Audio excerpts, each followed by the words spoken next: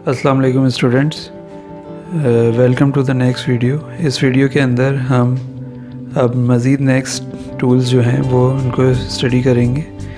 Last time हमने line tool study किया था और उसके बाद रेक्टेंगल टूल्स को स्टडी किया था। आज के वीडियो में हम ओवल टूल को स्टडी करेंगे कि किस तरीके से हम सर्कल्स और ओवल्स डिज़ाइन कर सकते हैं।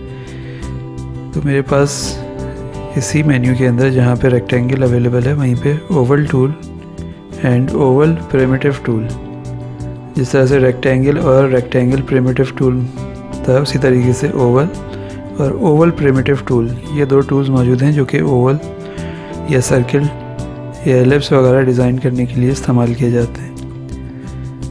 तो मैं ओवल टूल को सेलेक्ट कर लेता हूँ। यहाँ पे मैंने कुछ एग्ज़ाम्पल्स आपके लिए पहले से बना के रखी हैं जो कि डेमोन्स्ट्रेट ये कर रही हैं कि आप ओवल टूल से किस तरह की शेप्स ड्रा कर सकते हैं, डिज़ाइन कर सकते हैं। जैसे कि ये एक सिंपल सर्कल है और जिस तरह से रेक्टेंगल के अंदर आउटलाइन का और फिल कलर जो होता है वो दोनों अलग कंसीडर होते हैं, इस तरह से इसमें भी हैं। तो यहाँ प्रॉपर्टीज स्पेक्टर के ऊपर ओवल टूल की प्रॉपर्टीज़ शो हो रही हैं।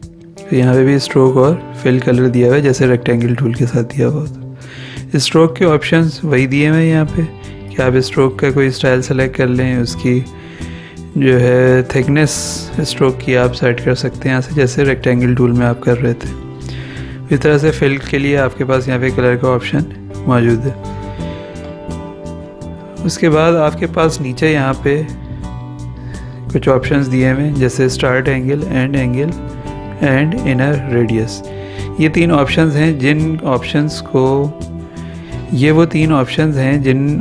को आप इस्तेमाल करते हुए सिंपल सर्किल या ओवल के अंदर वेरिएशंस लेके आ सकते हैं। जैसे कि ये एक सर्किल है लेकिन इसके अंदर आप देख रहे हैं कि इनर रेडियस भी इसके अंदर दिया हुआ है। एक सर्किल के अंदर विदिन एक और सर्किल मौजूद है। इसी तरीके से इसमें से सर्किल का क्वार्टर पार्ट रिमूव हो गया है इसमें से, जो कि इसमें मौजूद नहीं है।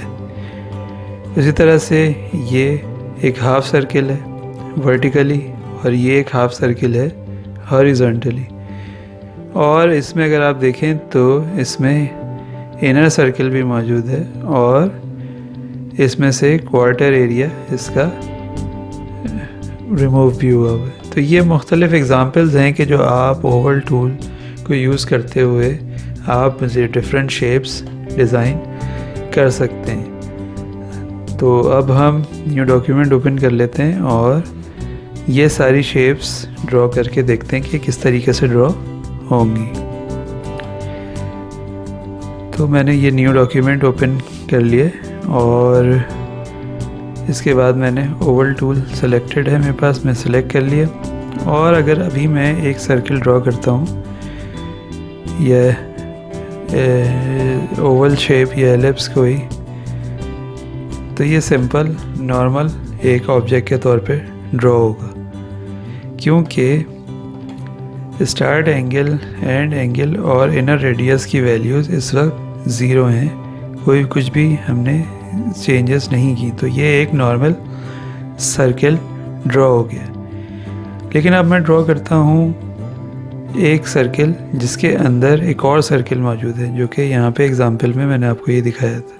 तो अब ये सर्किल हम ड्रॉ करते हैं, देखते हैं ये कैसे ड्रॉ होगा। तो यहाँ पे इसको मुझे इनर रेडियस को चेंज करना पड़ेगा। इनर रेडियस की वैल्यू मैं चेंज कर देता हूँ, ऑलमोस्ट 20 कर देता हूँ और उसके बाद सर्किल एक और ड्रॉ करता हूँ। तो अब देखें कि इसके अंदर एक सर्किल और बन गया। इनर रेडियस मैंने दिया है 20 पिक्सल और आउटर रेडियस ये है इसका। तो ये एक एग्ज़ाम्पल हो गई। उसके बाद फिर नेक्स्ट एग्ज़ाम्पल की तरफ आते हैं कि इसमें से इसका क्वार्टर पीस मिसिंग है इस सर्किल के अंदर से। तो अब ये बनाते हैं। तो इसके लिए मैं वापस रीसेट कर देता हूँ, इनर वैल्यू 0 हो जाएगी और क्वार्टर बनाने के लिए स्टार्ट एंगल को चेंज करता हूँ। तो स्टार्ट एंगल मैं 90 कर देता हूँ और उसके बाद अब ड्रॉ करता हूँ इसको। तो अब देखें ये क्वार्टर पार्ट इसका मिसिंग हो गया और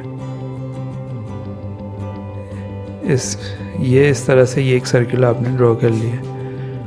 अब मैं हाफ सर्किल ड्रॉ करके देखता हूँ कि हाफ कैसे ड्रॉ करूँगा। मैं हाफ पहले मैं वर्टिकली हाफ कर देता हूँ इसको, फिर उसके बाद हॉरिजॉन्टली हाफ करके देखूँगा कि सर्किल ड्रॉ कैसे होगा।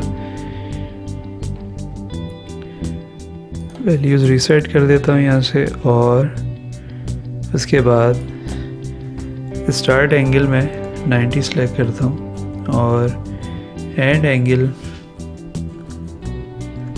270। अब देखिए मैंने सर्किल ड्रॉ किया तो ये हाफ सर्किल ड्रॉ हो गया और ये है वर्टिकली कट हुआ है। अब मैं चाहूँ कि एक सर्किल को हॉरिजॉन्टली हाफ करूँ तो उसके लिए फिर मुझे इसकी वैल्यूज़ चेंज करनी पड़ेंगी। तो अब मैं स्टार्ट एंगल लूँगा 180 डिग्री और एंड एंगल को 0 ही रहने दूँगा। तो अब देखें कि मैंने एक सर्किल ड्रॉ किया जो कि हाफ सर्किल है लेकिन हॉरिजॉन्टली हाफ है। उसके बाद अब मैं चीज़ों को मिक्स भी कर सकता हूँ, जैसे कि मैंने यहाँ पे एक सर्किल ड्रॉ किया है जिसमें से क्वार्टर पार्ट मिसिंग है इसका, लेकिन इनर सर्किल भी इसके अंदर मौजूद है। तो अब ये कैसे ड्रॉ करेंगे, तो इसको ड्रॉ करने के लिए पहले मैं रीसेट कर देता हूँ इसको और उसके बाद इसकी वैल्यूज़ चेंज करता हूँ। जैसे कि मैंने पहले ये सर्किल बनाया था तो इसमें मैंने 90 का एंगल लिया था स्टार्ट एंगल और एंड एंगल 0 ही रखा था। अब मैं इसमें इनर एंगल भी सेट कर देता हूँ। मैं 20 ले रहा हूँ, आप 20 से ज़्यादा लेना चाहे तो 20 से ज़्यादा या कम भी ले सकती हैं, आपके अपने ऊपर डिपेंड करता है।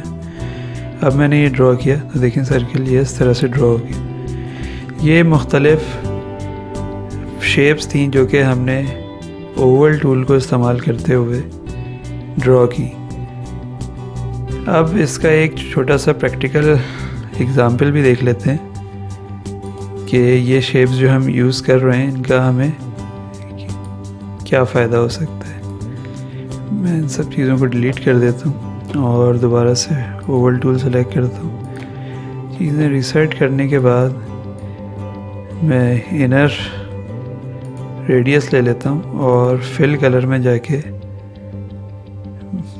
मैं ग्रेडियंट सेलेक्ट कर लेता हूँ फिल कलर में। अब मैं एक सर्किल ड्रॉ करता हूँ with inner radius.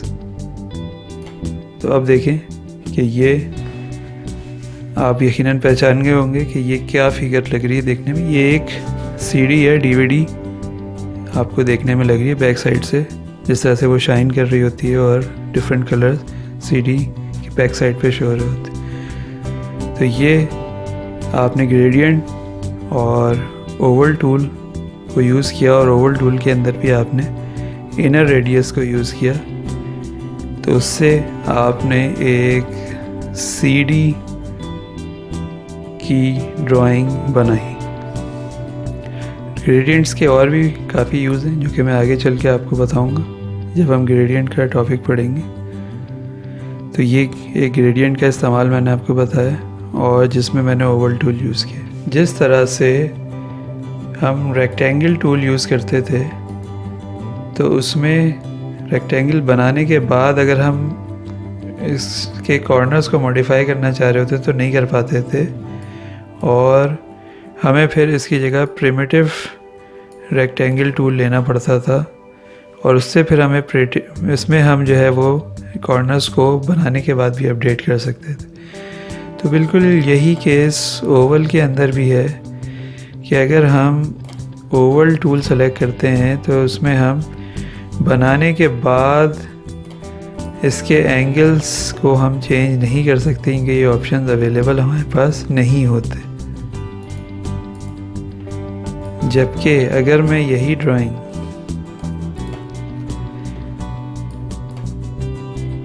Oval primitive tool से बनाऊं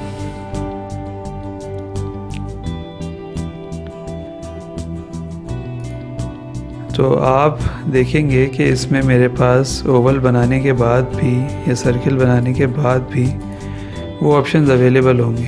अब जैसे ये मैंने सर्किल बना लिया और इसको जैसे ही मैं सेलेक्ट करूँगा तो आप देखिए मेरे पास स्टार्ट एंगल और एंड एंगल वगैरह सारी चीज़ें शो हो रही।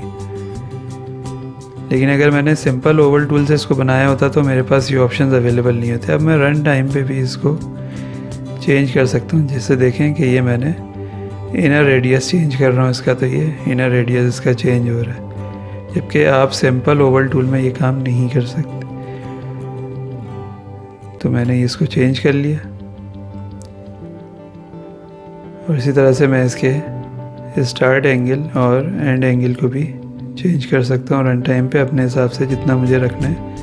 क्वार्टर बनाना है क्वार्टर बना दिया, हाफ करना है हाफ कर दिया, और इस तरह से मैं इसको स्लाइडर को मूव करके किसी भी एंगल पे उसको सेट कर सकता हूँ।